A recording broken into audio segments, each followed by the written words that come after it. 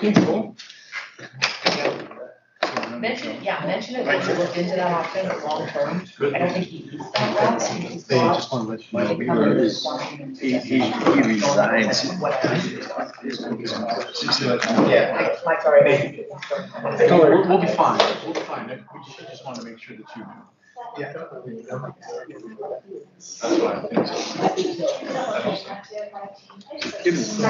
Can you hear us? I wasn't here. I know. You know, Marlo and I both It was were an here, hour. so you guys are probably like. That was great.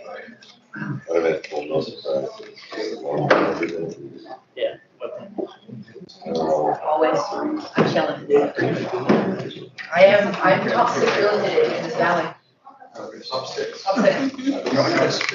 There's like, I pulled from a list of 100, I think there's probably 300. There's so many. I don't need to know about the bottom. You're right. When it's about myself, in a team sport, no. You won't see me play team sport, but like I'm always scored. I get 60 to 70.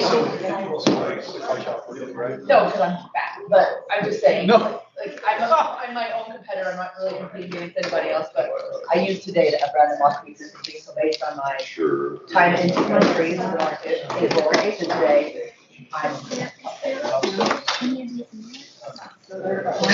my teammates are 3 of the top 6. Yeah.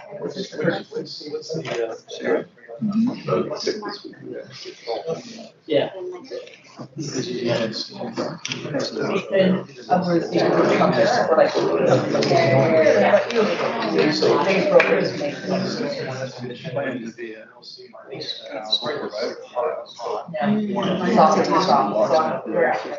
would expect to be like 3 years into it, to be satisfied with Bang that down, Cole. Bang that down. We're turning Marlo on, and Jeff also. Big, some big currencies or, Cool. you know, and there's merits. All of it. You know, but they. Yeah. Hey, check that out. Here's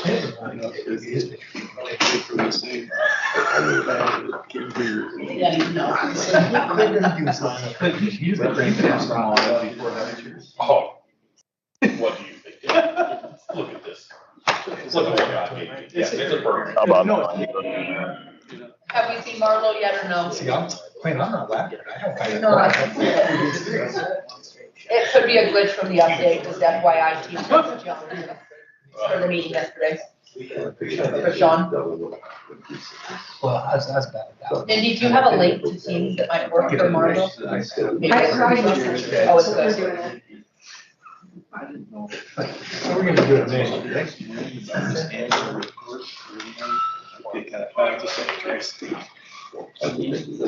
So Andrew, we're waiting on both Jeff and Marlo. It's not a big deal. You might need to send it to his personal email. Marlo. We have.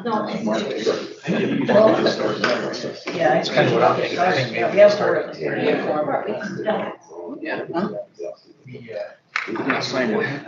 You sign it Are directly. we recording? Foundation. We're good. Yeah, so we're good that way. Yeah, but. Hey, Andrew, I think we'll go ahead and get started if you're good, and then bring them on as we go.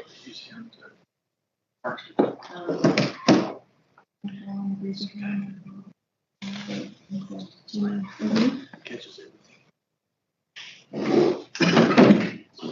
Okay, let's call this meeting to order. First and foremost, we'll recognize, doesn't look like we have any public visitors today, or maybe we do have a public visitor. Welcome. And we'll go ahead and, I guess, first and foremost, do we have any Changes to the agenda? well, I was gonna ask for that, but let's do the approval of the minutes first. That comes first on the agenda, so. Do we have any changes or additions to the agenda? Nice to the agenda. Excuse me. Yes, the minutes. I vote we approve, I make a motion we approve the minutes from last meeting. I second. Okay, it's been moved and seconded. All those in favor, please say aye. Aye. Any opposed? Motion carries. Now, let's take a look at the agenda. So does anybody have any additions or changes to the agenda? Did you make my changes? Okay. So that's in the agenda already. It's, yeah, 2 days. Okay. Yep. Anybody else have any discussion, changes on the agenda? If not, motion. I'll make a motion. I'll second. Okay, it's been moved and seconded. All those in favor, please say aye. Aye. Any opposed? Motion carries. Scott with his hand up. Scott. Mr. Chair, Andrew, did you make that one addition to the agenda? Okay, never mind. Okay. Sounds good. So the recognition of star performer, is that Sadie?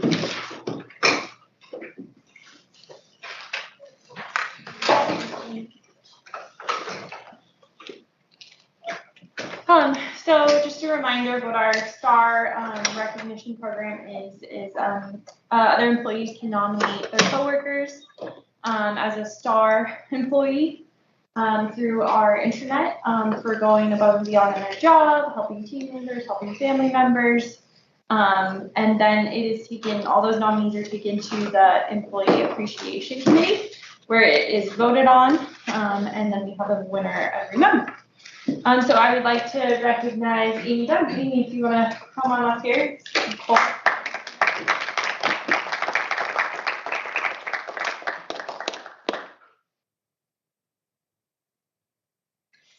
Stand right there. Okay, so Amy Dunn is a patient service representative in the ENT audiology clinic. She has been with Star Valley Health for nearly 5 years. Her peers nominated Amy for supporting a team member and showing great teamwork. So this is what a coworker said about Amy. My 5-year-old son was going to have an appointment with an ENT to look at his tonsils. He cried to me the night before, telling me how scared he was because he knew this could lead to surgery to have them removed. I held his nervous hand as we walked into the ENT office, where we were greeted with a welcoming smile by Amy Dunn. Amy called us back to the exam room where she would get his vitals. Amy first asked my son if he knew what all of these tools were to take his vitals. And when he said no, she knelt to his eye level to begin explaining everything to him. Amy made my son feel so much more comfortable during his visit. When she left the room and we were then waiting for the doctor, my son told me, "Hey, Mom, this isn't so scary now." I am beyond grateful for Amy's compassionate care. My son then went on later that evening telling his dad how cool his doctor's appointment was and what he learned. Thank you, Amy.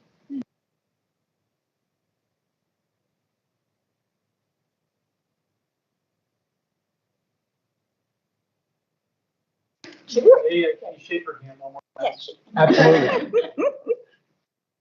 Thank you. Thank you. I will say, this comes top down. So Dan starts it with a smile every day with everybody you talk to. So you're already happy. And then I'm blessed to have 4 supervisors who are fantastic. So I get Corey, Amy, Mike, and Zach. And Zach's policy is blue sky. We treat every patient like they're one. So that is why you feel like going the extra mile. So it goes from Dan and filters all the way down. So thank you guys. Amy, we were going to say the exact same thing about you. Oh. It actually bubbles up. Just because you bring such an energy and you're just such a wonderful representative of Star Valley Health. So thank you. Thank you guys. Thanks, Amy.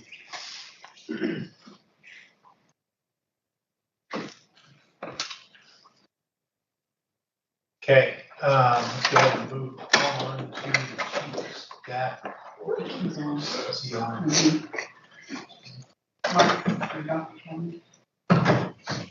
We have Dr. Cowan on. Yeah, can you guys hear me? Yeah, absolutely. Excellent. Hey, I want to congratulate Amy as well. It's well deserved. She is truly one of the kindest people you'll ever meet, and goes above and beyond every day. So, Amy, well deserved. So, You can see in the packet, we some new policies. Wanted to highlight a couple things that are not on there, though. Number one, Dr. Major started with us. Just had a couple of clinics, a couple of surgery days. Fits in very well, and we're excited to have him. Specifically, what I want to talk about was 2 days ago, so Monday night, we actually had our first of many get-togethers. This was a doctor only, and their plus ones. We did it at the hangar over there, and Dr. Hauser and his team organized it, put it together. It was incredibly well attended, and I think we had somewhere between 55 and 60 people there actually. So somewhere almost, I think we had 28 docs, and it was amazing. And so it'll just be one of many. And this one was just physicians, but we will incorporate APPs and some other things moving forward. But I wanted to highlight that is one of our focuses moving forward. We've got to get together more. We don't have that opportunity. It was nice to have Dr. Bettinelli from Evanston, her husband and daughter, come and join us. It's good to meet them. And many comments to me since then about putting faces with names. So anyway, just wanted to let the board know that that happened, and things are okay. Yes, sir.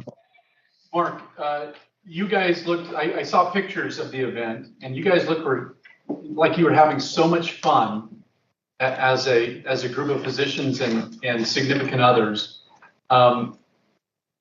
There was a bunch of cops called on you guys in that area, right? You guys were having so much fun. Well, it was on specifically Martha Hageman started it, and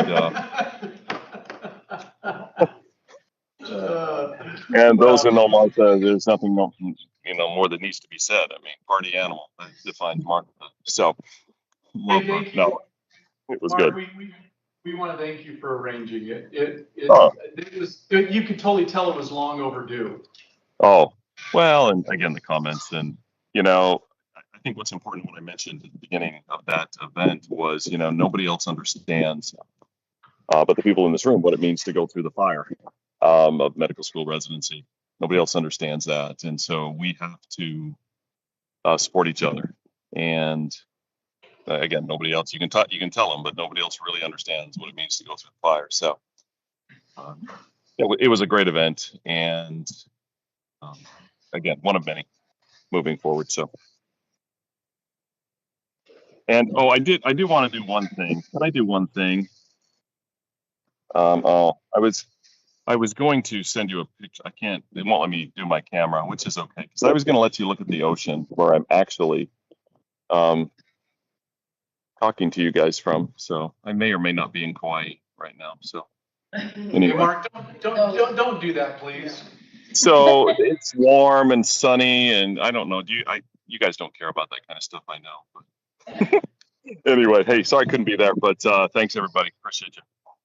Thank you. Thanks, Mark. Okay, moving on down the agenda to the consent agenda. Do we have any questions? Anything we need to pull out? Okay. I make a motion that we approve the consent agenda. I have a motion. Do I have a second? A second. The motion and seconded. All those in favor, please say aye. Aye. Any opposed? Motion carries. Doesn't look like we have any unfinished business, which would move down to the Finance and Construction Committee report, which is myself. And first and foremost, want to welcome Tanya, new controller. Excited to have her on deck and moving forward. I'm visiting with Scott. It sounds like that while it's been a short period, it sounds like she's been able to implement things, make it feel like she's been here for a lot longer. So thank you for welcome. Just a couple things, and Scott, you may want to jump in here. I just want to most of it's in the Finance and Committee or Construction Committee report, but maybe just touch on the adjustment. So as board members look at the financials and the impact there, just a high level view, if you don't mind, of what you went over in committee for us. In terms of the contractual adjustment? Yes. Okay. Yeah. Thank you, Mr. Chair.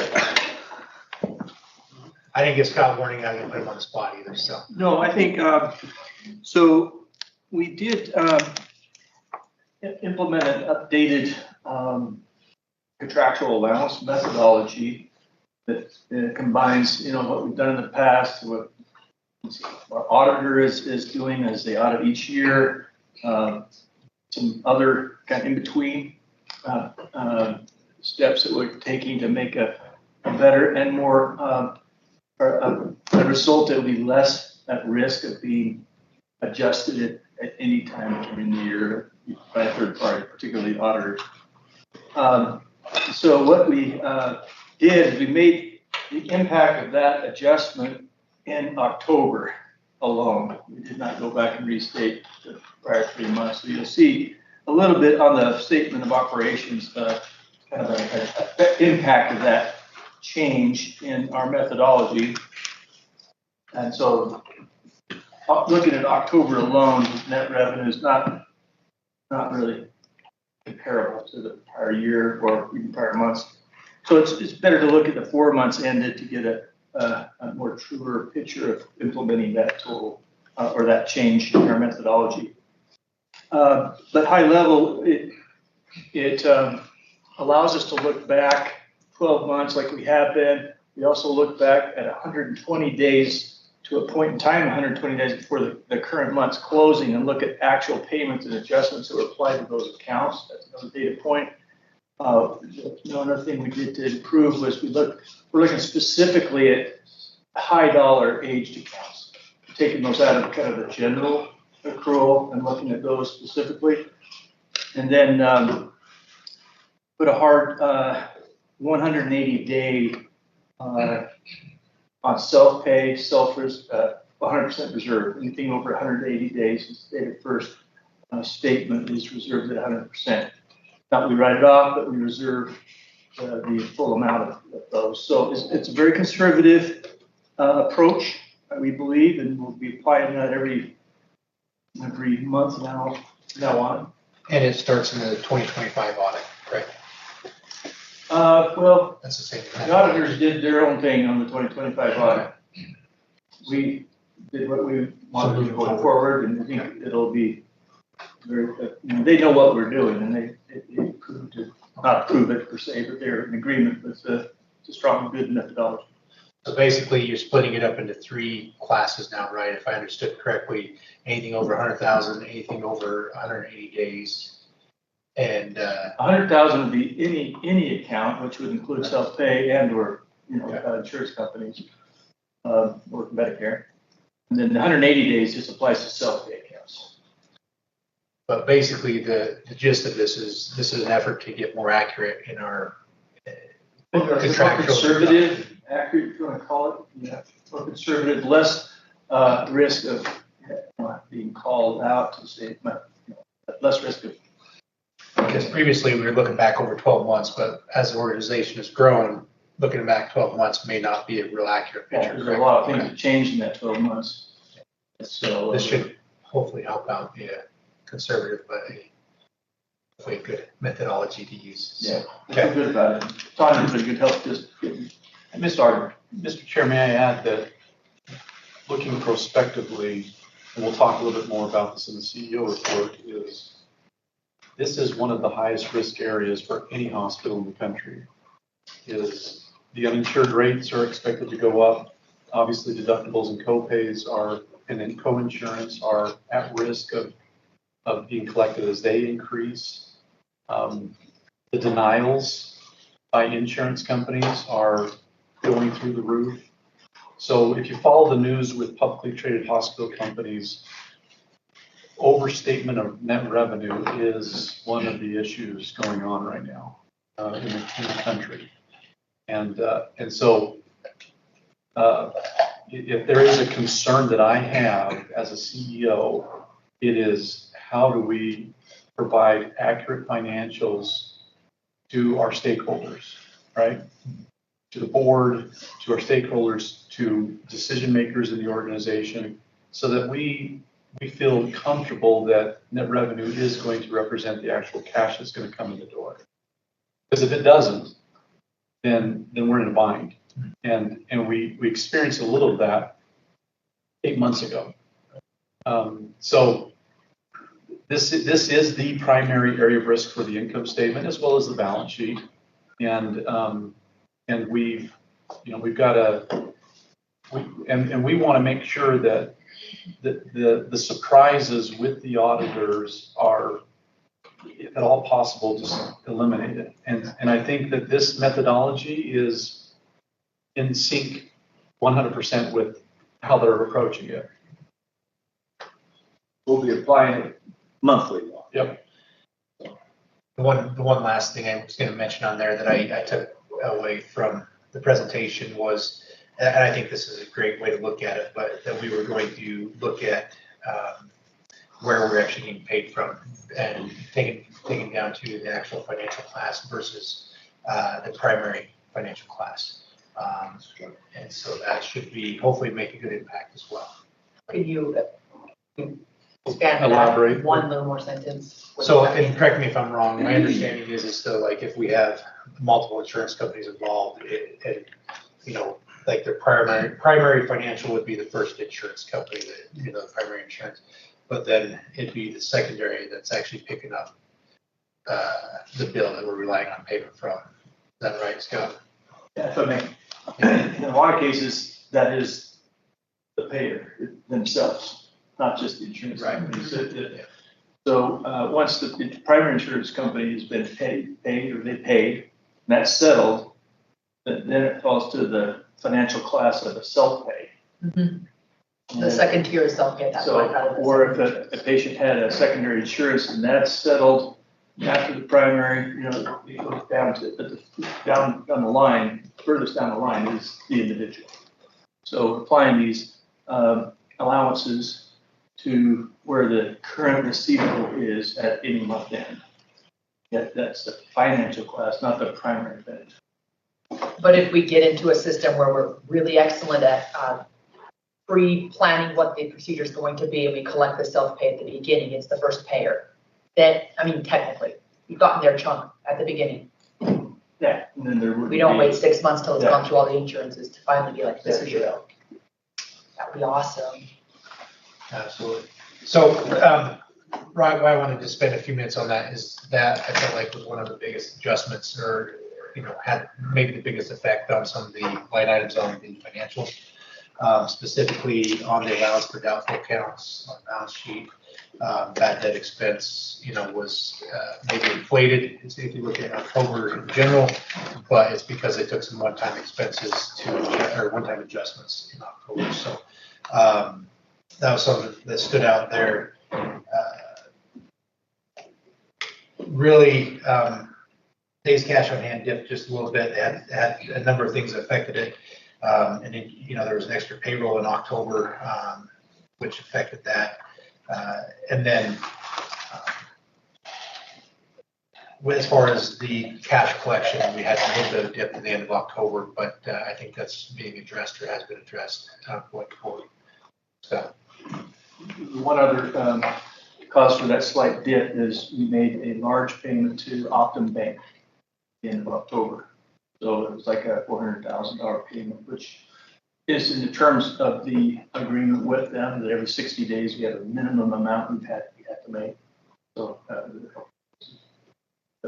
the note is at 800, right? 880 by the end of the month, but we're about 780 right now. And projected to be paid off by the first of the year, or right just after. Right.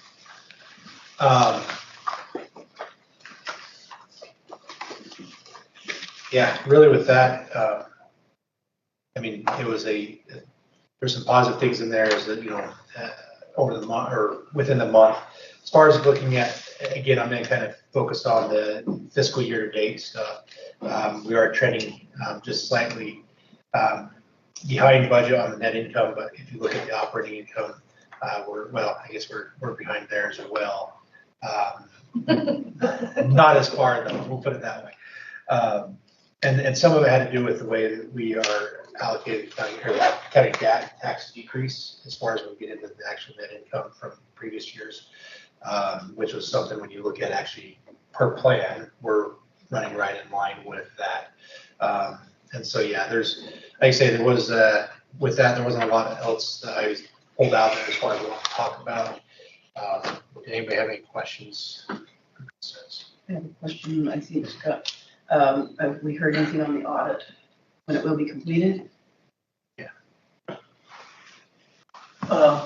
As of this morning, they're drafting, their financials now. Before the end of the month was their original plan. They were gonna meet our last, a week from today. Deadline is when their original plan was, and we move this meeting up, so should be very soon. They're working hard, they're asking little questions and looking at disclosures is what they're working on.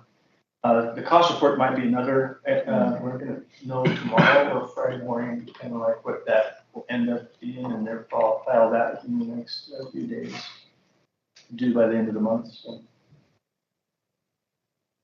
Thank you. Thank you, Scott. Quality committee. My report is, we're coming at the end of the year, and so a lot of the departments take this time to look back on what they're capturing and the metrics that they're observing and fine tweaking ones that are working well for them. And I heard quite a bit of comments on ways that they're looking at improving or changing out the data points if they've been consistently reaching the goal. They'll continue to do those things, but they'll, kind of step up their game and add more challenging metrics or something that's been on their mind. More medication errors than we tend to see. A lot of it was vaccine related, so making sure that metric tracks.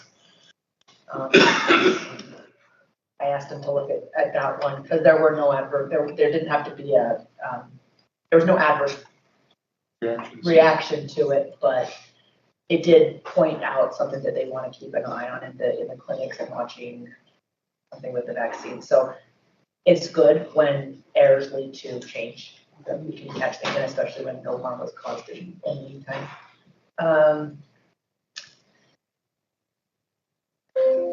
Like a lot of these department heads in particular are looking at changing their metrics just because things are going well and a lot of things that they're looking at over time. There is a culture of safety survey that's going around. 49% of employees have taken it, which I think is good for a start.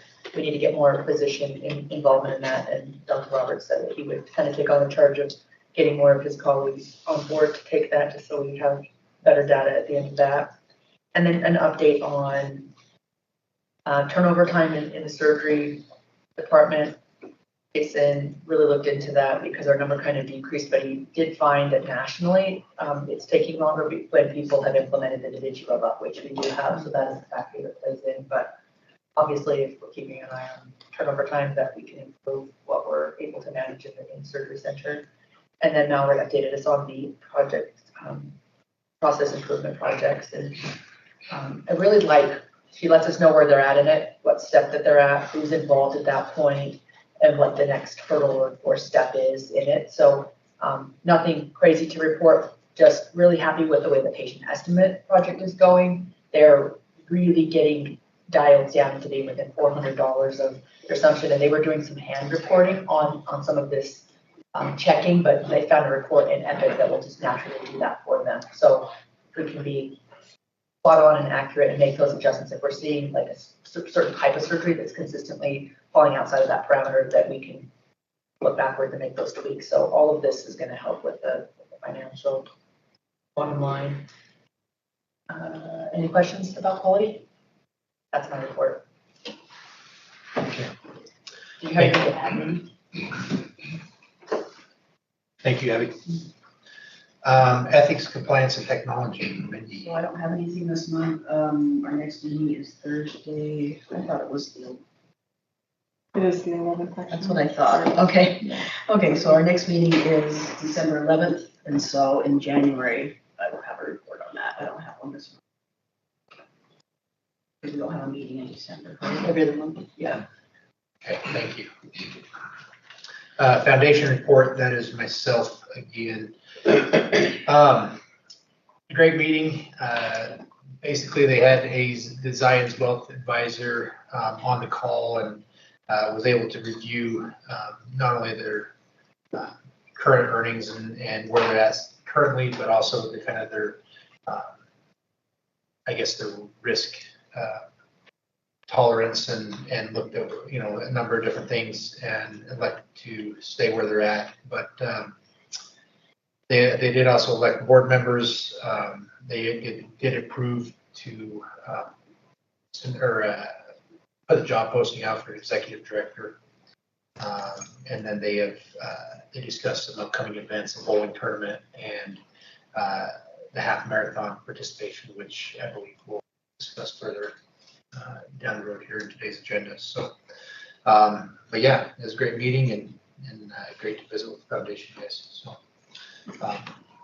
yeah, that's all I had. Any questions? Okay. The auxiliary report, I believe, was Clint, right? Yep. So it was a well-attended meeting. This whole place was covered in pink vests. I'm the only one without one. You should get one. That's Dan. Dan didn't have one.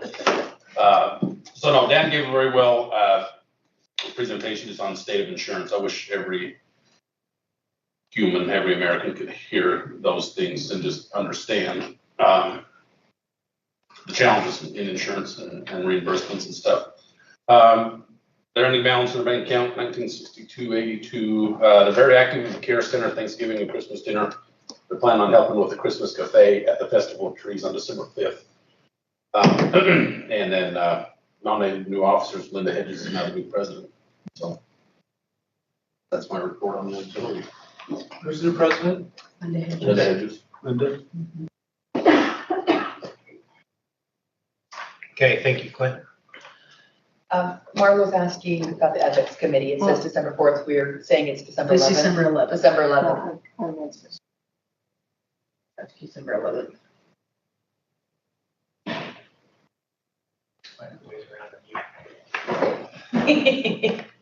Okay, with that, I believe we have a resolution. Mike, is there any discussion before we take a look at the resolution? Sure. Okay. Thank you, Mr. Chairman. I'm not sure how I got roped into this, but I'd like to share with the board the details of Star Valley Health's progress with what has been called in the past the Star Valley Health Marathon. As you know, we met with the Coons family, who has operated this half marathon for many years. We had approached them probably 15 years ago about working with them to really promote Star Valley Health more. At that time, they weren't ready to turn it over to us then, but they are now. It is an existing 501c3 foundation, and they would like us to assume responsibility for that foundation. What that would entail is we would submit names of individuals connected to Star Valley Health that would serve on a board of directors for that foundation. We present those names to the Coons family. Their directors would hold an election and elect the set of board members that we have presented to them. At that time, the foundation would become under the control of Star Valley Health and operate, in essence, the way our charitable foundation operates. It has its own set of bylaws. It's incorporated with the state of Wyoming Secretary of State. It's got an IRS designation letter. So I think we're in really great shape there. That way the board of that foundation can then operate the foundation and run the half marathon with the assistance of the Star Valley Health team to make that work. So we're asking the board today to approve the transition of the Wannabe Running, that's the name of the foundation, the Wannabe Running Foundation, 501c3 foundation, to take it under the wing of Star Valley Health. Did I do that right, Dale? Perfect. Absolutely perfect. Thank you. Question, Mike. Yes. So, this wouldn't be run under our foundation then, it would be a separate foundation board? Yes, that's correct, Marlo. Why is that? The bylaws of our foundation are as such that it's really narrow what the existing Star Valley Health Charitable Foundation, that's really narrow as to what they can raise funds for and what those funds can be spent on, which does not include running a marathon and the proceeds of that marathon be donated to families in the community. That can't happen under our current foundation. Okay, I understand that. So, could it be the same directors as our foundation? They can double duty on different boards? It could be, but they have not agreed to that yet. Good luck. Our foundation or Yeah. the wannabe? As a matter of fact, Marlo, we received a thanks but no thanks in last week's meeting from the board. Okay, so we're gonna need to find other members in our area that would be willing to serve on that board. Okay, Yes, thanks, Mike. I'm sure Scott would be very willing to serve on that board. If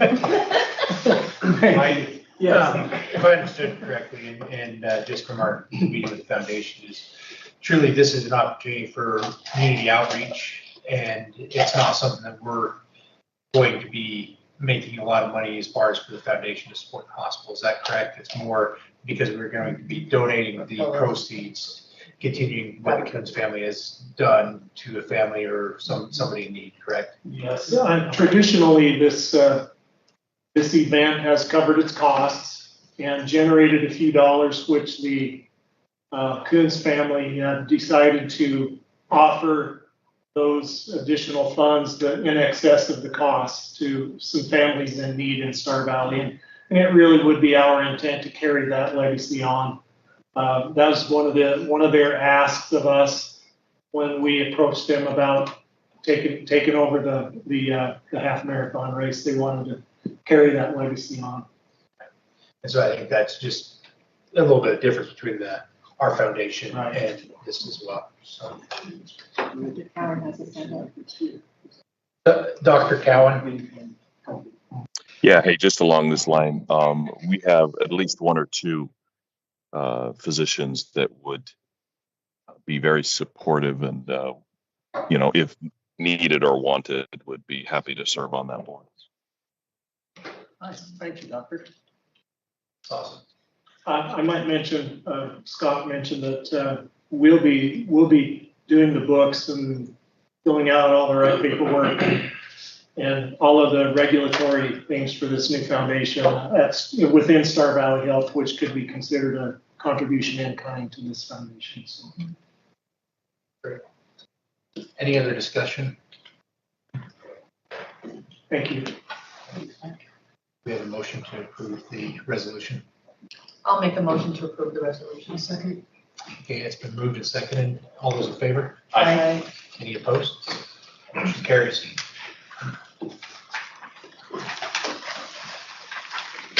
Okay, moving on to the administrative reports. Dan, I'll start there with the CEO report. Yes, thank you, Mr. Chair. I've submitted in writing the CEO report a couple days ago. Just go through some highlights. If you haven't noticed, we are letting the community know of the finalization of the Cigna Star Valley Health Agreement. I think a lot of people are happy that finally, that we've reconciled as Jackson Hole Daly so eloquently put it. And so we're sending letters out to patients, Cigna sending letters out to patients. One thing that we haven't nailed down is reprocessing of claims from July 1 to now, how that's going to work. So if anybody has a question about that, I don't have the answer. Okay.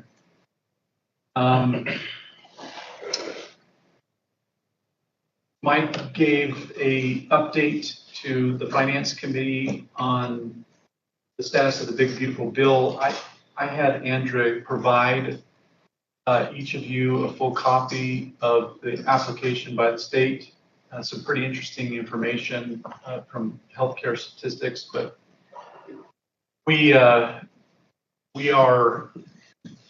indifferent on how the state, the Department of Health wants to take healthcare.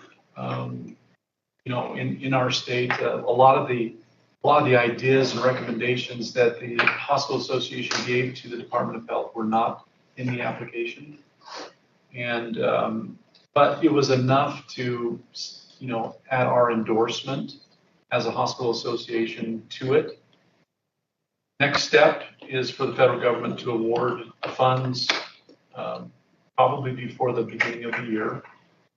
And then the big question mark is going to be, once those funds are available to the state of Wyoming, like I mentioned before, one, will our state legislators accept the funds? Number two, how will they then appropriate those funds? Because they could go completely contrary to what the Department of Health put in the application. And that'll create a little bit of a rub with accountability with the federal government. Here's what you said you're going to do with those funds, and you guys have decided to do something different. So we really have to wait until the end of this budget, this session, to have some clarity on how this is going to work and how much money is available and what the priorities are. We based off of the application, we believe that we have a pretty good idea and construct of the direction that things could possibly go, but I think our legislators here in this state are unpredictable, mainly just based off of the makeup of how things have been voted in the past, and so to be determined. Any questions on that? Well, Dan, so what's your number one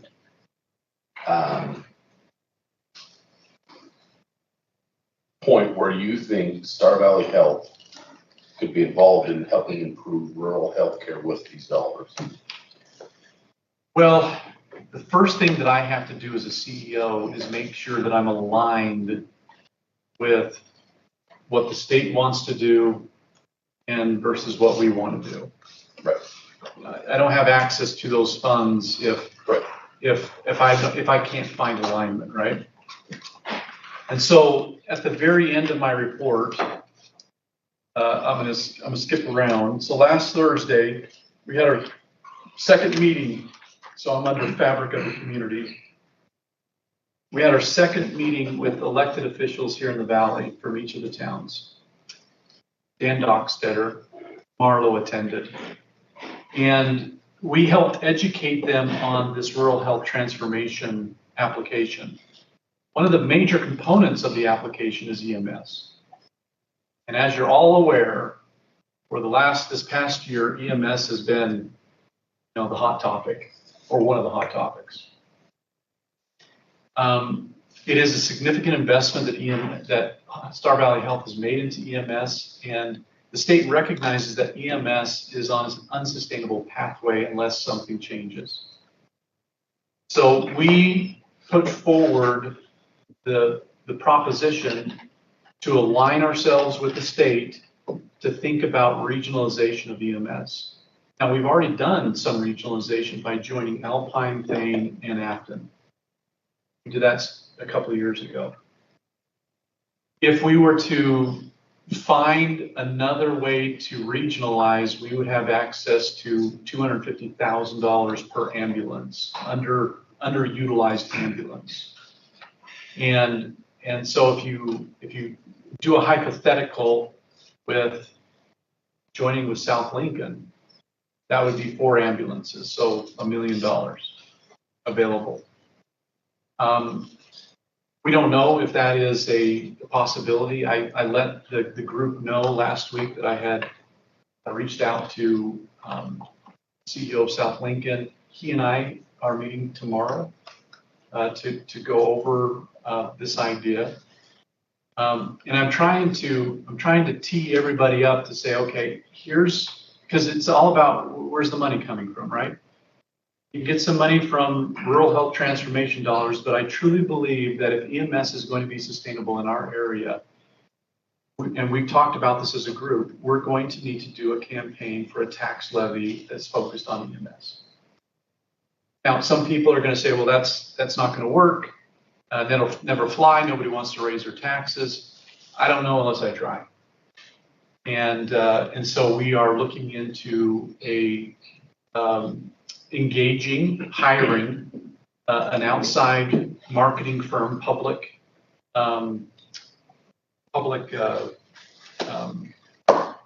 what's what I'm looking for? Public relations type that specialize in campaigns for levies. And once we identify that, and we look at the possibility of regionalization, I think we can put together a financial model where in perpetuity, EMS can have the necessary funds to service our county at the least. Now, if South Lincoln says, no, we don't want to do anything with you, that's their decision. We'll still try to figure out a very similar model with ourselves or anybody else that might be interested in getting access to those funds. So that is the first easiest step that I believe finds that alignment, makes sense for us, makes sense for the state to start those discussions. Based off the timeline in the application, the state would have kind of like RFPs around April, May, and then award funds around July. So we're looking at, here in the next 6 to 8 months, just trying to tee this thing up so that if funds are available, we can take advantage of them. Answer your question? Yeah, $1 million doesn't go very far with EMS. No, it doesn't. But all dollars are green. No question, right? But as far as a long term, hey, how do we fix that- rural that- healthcare? That's fixed. That was a one-time grant, or was that in perpetuity? No, that's in perpetuity. So $1 million every year. Oh, Oh, okay, okay. that's good. Okay.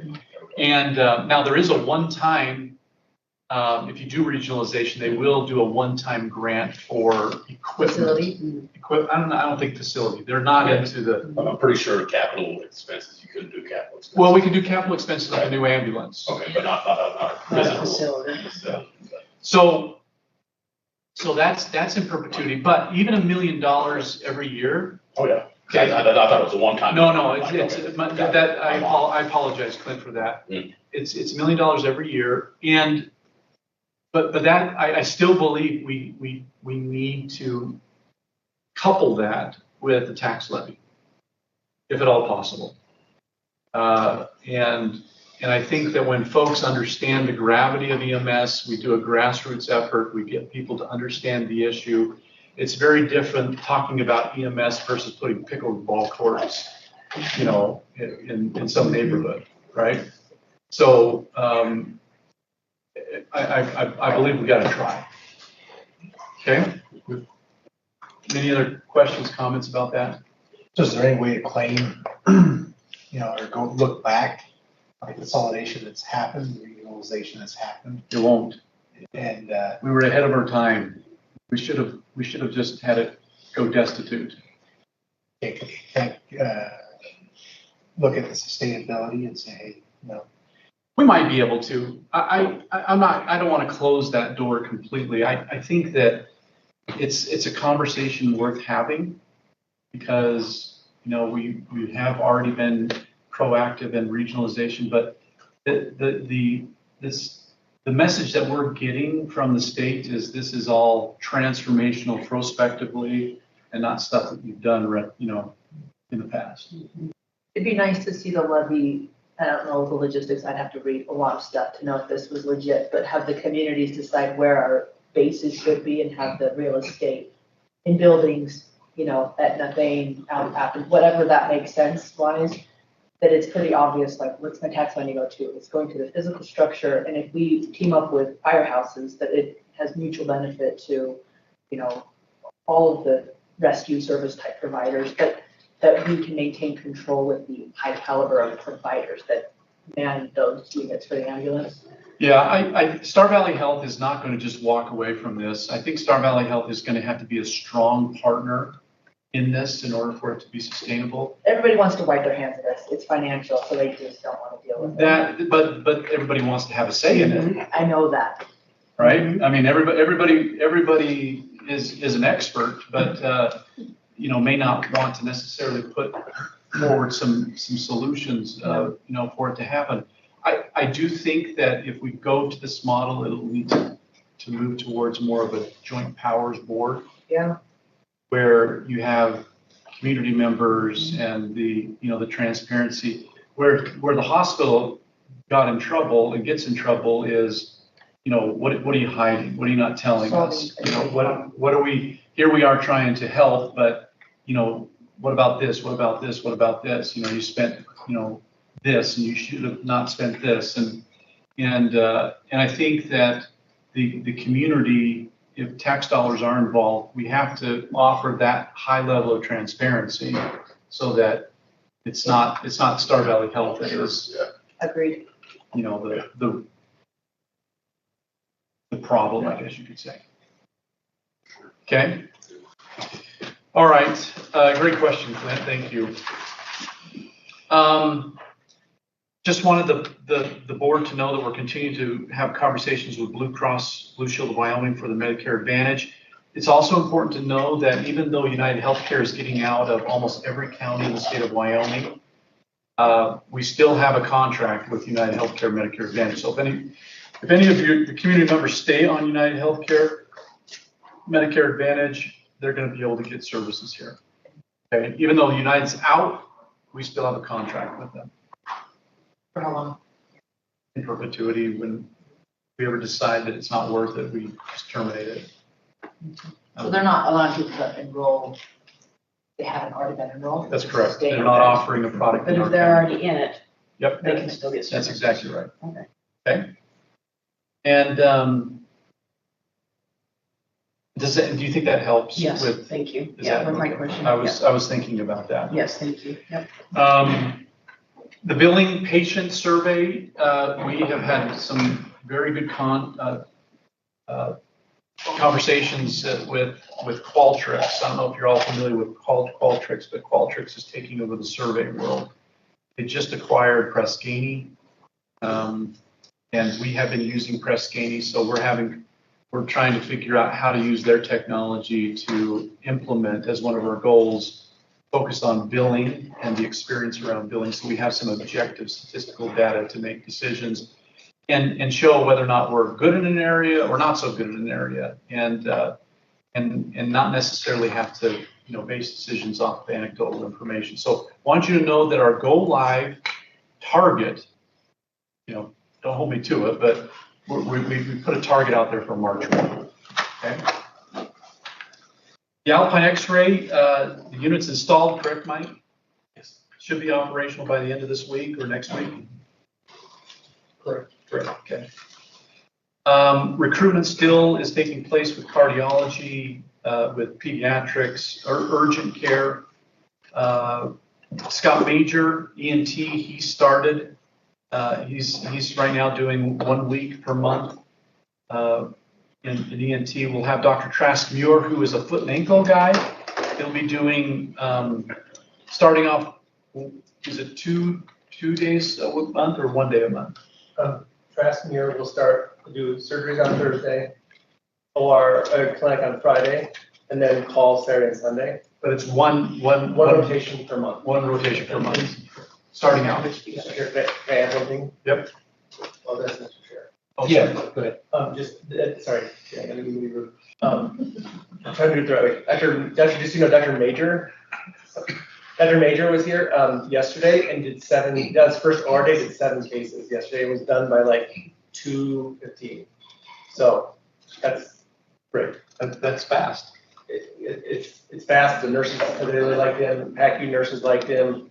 One of the patients that I talked to, they liked him. But so 7 cases on his first day. That's great. Thank you. The board should know that, you know, obviously Brian McClure is a very important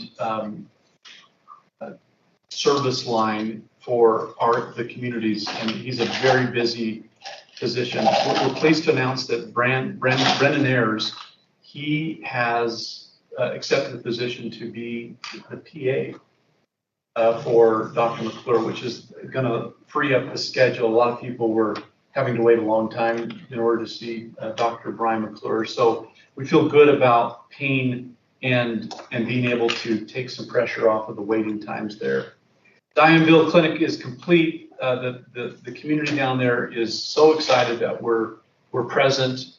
I just want to thank Mike and the physicians involved down there. They put together a wonderful open house, 2 separate open houses, one for Dr. Stuckey and one for Dr. McClure, and they very successful.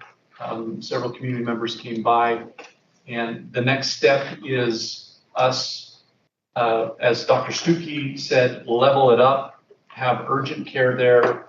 I know that Marlo has mentioned urgent care, and so we are now having some healthy discussions about how we can make that happen. And it goes back to us recruiting another urgent care provider in order to provide that service down in Diamondville.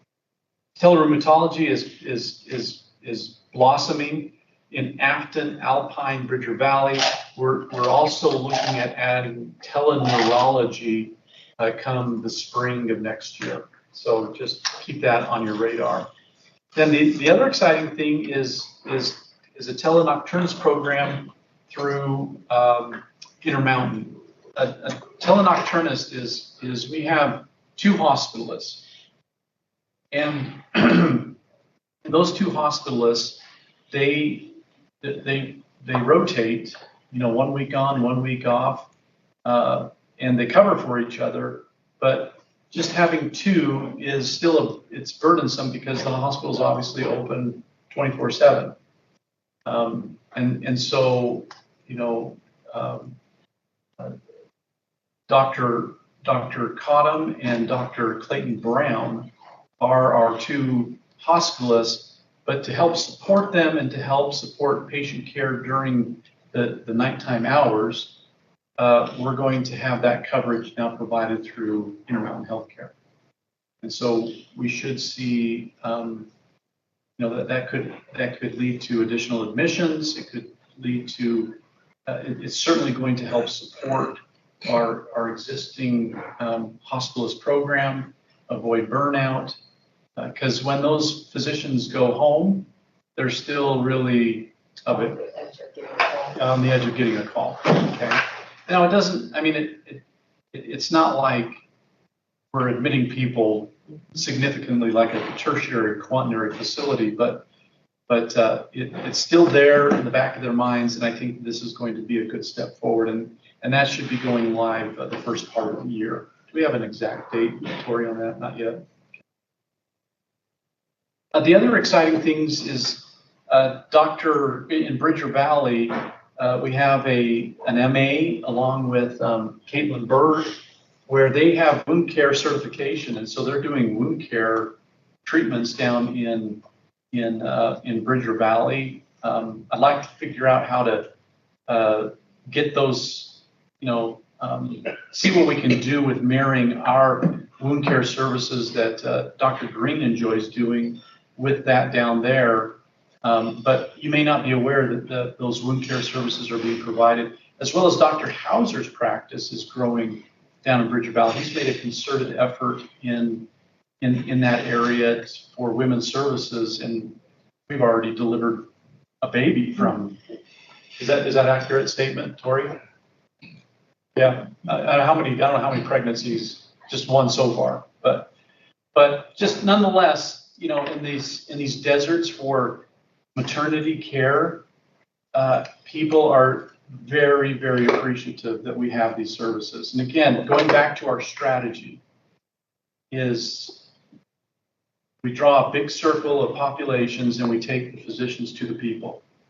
And even though it's not specifically all the time in Star Valley, it is blessing the lives of so many people that just don't have these services somewhere or in their community. And Diamondville is feeling good.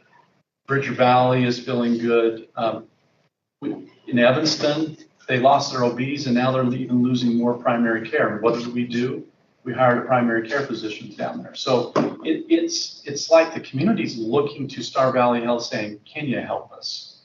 Because other folks are just not stepping up to do it. And it's a very advantageous thing for our organization. We talked about cash position, income statement, the culture of patient safety. And then with IT technology, I do want to just make sure that everybody has on their, this is going to be something that could be impactful. It's a change. It's the very last under IT and technology is PACS network preparation. PACS is where we store all of our images, and that is through a company called Rad Partners. And our existing company, MIA, which is now Rad Partners, they're doing some network changes to support the update of a PACS imaging system, and we're having to do some work to make that happen. With any change, it's disruptive, and so if we try to anticipate where that disruption is going to be, but sometimes we don't. And I just wanted you to be aware of that change. Open enrollment. We mentioned last board meeting that we are going to move our open enrollment from a calendar year to a fiscal year to better predict and budget our healthcare costs. They're about 14 million. Are they running about 14, 15 million right now, or is it 16? About 14 and a half. 14 and a half, okay. So it's significant, line item that we've got to get right. And we notified the staff, at least those that were on the open enrollment call, that we're doing open enrollment now. That'll go through 6 months. We'll do another open enrollment in May. And then it will be on the fiscal year, no longer the calendar year. However, deductibles, copays, and coinsurance, they're not going to be penalized. That'll still go from a calendar to calendar year. And for those 18 months, we've locked into a rate increase of 10.5%, which isn't bad. So it is single digits if you consider just a 12-month time period. Any questions about that? Have you gotten feedback from employees that have been shopping in open enrollment? There was a couple of questions on the call yesterday, or was it yesterday? Yeah, it was yesterday. Is they're worried that they're not going to be able to compare plans with their spouses, and that might be the case, but I think you're going to, by us doing it earlier, you're going to have that pricing 6 months before. If they have a spouse that has a calendar plan. So that's really the only thing is they're like, okay, well, how am I going to decide which plan I should go with? That was the concern. I can see that. Question. So then help me understand, if their deductibles are based on a calendar year, how does moving the enrollment period to June on a fiscal year help you guys understand things and predict things financially if the deductibles still go from January 1 to December 31st? Yeah, you want to explain I don't understand how that's going to help you. the spend, and you know, having that 6 months where when we put in the budget, we only have like a few months of information of claims that have come through. Is that all right, Mr. Chair? Yes, Yeah, please. it's kind of hard to explain, but you're just always misaligned 6 months, either ahead or behind. You know, they run and they monitor our plan by a calendar year. And so, and we try to, you know, bridge 2 calendar years together as we plan, and then actually, you know, compare what we expected to what's actually happening.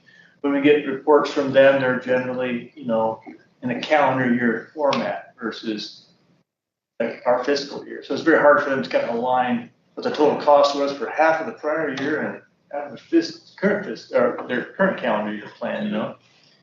So this will make it simple, a little more simple for us. It wouldn't make it impossible if we continue the way we are, but I think it's a good idea to help us as they manage cost of our plan are really aligned with the plan year, their plan year, not ours. So Our fiscal year. so not this past fiscal year, but the previous, or maybe it was this past fiscal year, we budgeted for like $10 million. And we were basing it off just a few months of information of the calendar year, because our budget is around March, April. You know how we're trying to put together numbers in March, April to get it approved by June.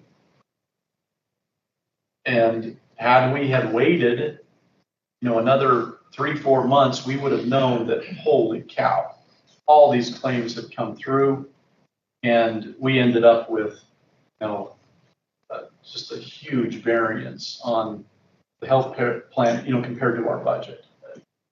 So the fiscal 2024 fiscal year for us, you know, we budgeted $7.5 million in the plan. Oh, was that how much it Yeah. was? And it came in over like close to 11 because of, you know, this. No co-insurance or It just kind of didn't line up, and we didn't predict enough, or it was an unusual year, high prices. Actually, we've leveled out this year a little bit better than comparing year over year, but it just will make our ability to estimate and align our plan expenditures to their plan expenditures if it's the same 12 months we're looking at. Because they base premiums, costs, estimates, theirs, you know, and all their analytics are based on, you know, a different set of months. So now, because affordability in this country is out of control, and it's going to continue to get out of control with the changes that we anticipate or have happened and will continue to happen, we are definitely putting in place an aggregate stop loss for the organization. I want the board to know that the organization is at risk because we're self-insured. Whatever that amount goes to, we said it's 14, almost 15 now. If it goes in 1 year to 20, we're on the hook. The aggregate stop loss allows us to cap that. So it only goes up so much, and then that aggregate stop loss insurance kicks in for the hospital as a whole. That was not in place, and it should be in place just to minimize the risk to the organization. Make sense? Yeah. How's that decided where the stop loss is at? We're basing it off a recommendation from our broker, really. I mean, unless, I mean, that's cost fine. benefit too, you know, you pay a little bit more on the premium. One of the other, if I may, reasons, if you look back over time, the number of large claims has significantly increased. You know, the average claim has gone up quite a bit, and there's a lot more higher claim items that hit the stop loss threshold where we get reimbursed. But if you look in prior years, I looked at this last year, the number of stop loss, you know, ceilings that we hit was like half what we did the next year. It's just the cost of the healthcare going up. It hits that ceiling, that $25,000 ceiling, more and more. Question for Scott. So aligning the premium or the open enrollment period to the fiscal year, you'll do a look back on the previous 12 months, or I'm going to say 12 months, and decide what kind of premium adjustment needs to happen mid-year rather than trying to eke by to the end of the calendar year while you're trying to budget for the fiscal year. You'll do an adjustment at that mid-year point. Possibly. And then maybe decide if your stop loss needs to be adjusted. Possibly. But But right now, it's nearly the new plan impossible to would be do. an 18-month kind of a The plan. first time. First time. And the next year, we're all lined up. After this first 18 months, which is a 6-month stub, and then another re-enrollment but the cost to the participants is gonna be guaranteed for that 18 months. Mhm. We won't be adjusting that. Won't be adjusting the premium Until during the open period, enrollment. till the open enrollment 18 months from now. So your stopgap has to be bigger this first 18 months. We think that we've nailed the number. I forgot what the actual stop loss amount is that they're recommending, but we think Aggregate? the aggregate, yeah. I don't have it off the top of my Yeah, head. it makes sense, But I think. it's based off of their recommendation, off of our claims history. This is what it needs to be, and that would be the premium for it. But it's the right thing to do, especially when you consider that healthcare costs are they're out of control now, and they're gonna continue to be out of control until there is, Unpredictable. guillotines in the street, asking for people's heads, and gosh, I'm really predicting social unrest, aren't I? So we don't know where the aggregate is right now. I don't know. I don't have it off the top of my It's head. 25,000 right now. It's not the aggregate. We don't have an aggregate, but the proposed aggregate, The premium is per year is 25,000. But the But premium, it would have stepped in when we were like between 7 and 12, we were like 5 million off. You're saying that insurance would have kicked in. Yep. 25,000, we bought ourselves 5 million. That's exactly right. our stop loss premium is about $150,000 a month for the stop loss premium currently. That'll go up a little bit, but we'll have this aggregate. Well, that's the claim. The stop Per loss. claim we're talking about. The per claim. We're talking the aggregate. Yeah, Stop loss. aggregate. Say our premium is $150 a month. Save our bacon. It's I know. yeah, it's just, You Racket. collect it, but you self-insure, It is. or no, yeah. Right? I mean, you look at it from an employee's perspective is, I'm working to just pay insurance, that's what an employee's thinking. that's what they're thinking. And by the way, employer, I need a raise to pay for everything else that is subject to inflation, right? So we're trying to balance everything, protect the organization, trying to use our best judgment on what could potentially happen here in the next several years. And this is a topic that is, I think every company, every board is having, all right, when do we stop offering insurance to our employees? And then essentially that day is going to come.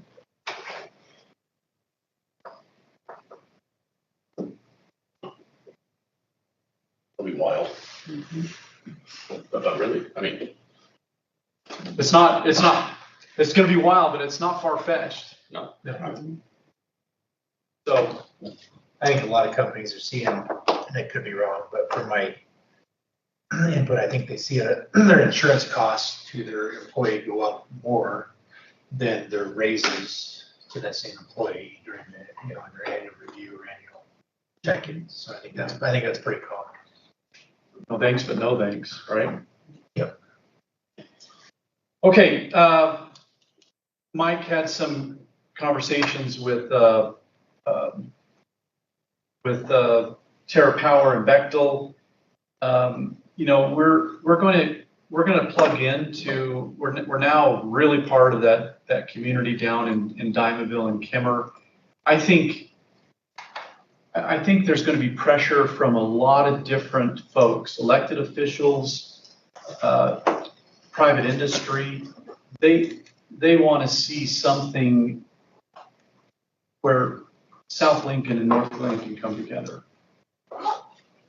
I don't know what that's going to look like, but it's very apparent that they want South Lincoln to be successful, but they know that South Lincoln can't be really successful without a partnership with somebody, and the natural partner is, could be North Lincoln County. You're having a discussion Thursday, but it's strictly EMS related, or? I think it'll bleed over to some other things, but the primary reason is to talk about EMS. Okay. Food pantry, obviously they're in a world of hurt, and the demand for that. There's all sorts of different service projects that, we're going to participate in. We are a major sponsor for Festival of Trees. Again, going back to, we truly believe that, Star Valley Health, even though it's appreciated by some, but maybe not appreciated by others, I think that we need to look for ways that we can support the community, be part of it, help in any way that we possibly can. And these are just, we've got a great float for the light parade, and a lot of people have been putting in some hours there. So we've got some wonderful employees that want to make a difference, and we want to highlight those employees and thank them for how much they care. And that's very important, Mr. Chair. Thank you. Any questions for Dan? Hearing none. Looks like we got a reminder in here for the employee holiday breakfast, December 3rd, 6 to 9 a.m. Andrew, do we need to give you a heads up? I'll be getting in touch with you guys. Okay. Okay. But if you know, that'd be great. Okay. With that, let's take 5 minutes and then move to executive session. Do you want to have the motion now, or? Yeah, let's do a motion. I make a motion. Second. Then move to second, and all in favor? Aye. Any opposed, I guess? Motion carries. Let's do 5 minutes and then we'll come back and return at, let's do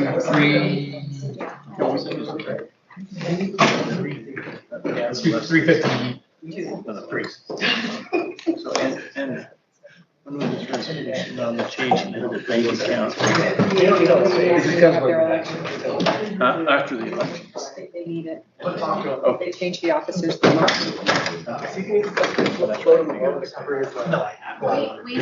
changes, whether officers are changed or not. There's some old stuff. So. I honestly. They have change on the charge letter. Oh, they do? Oh, okay. Hey, Chris. Are you still recording? It is. Okay.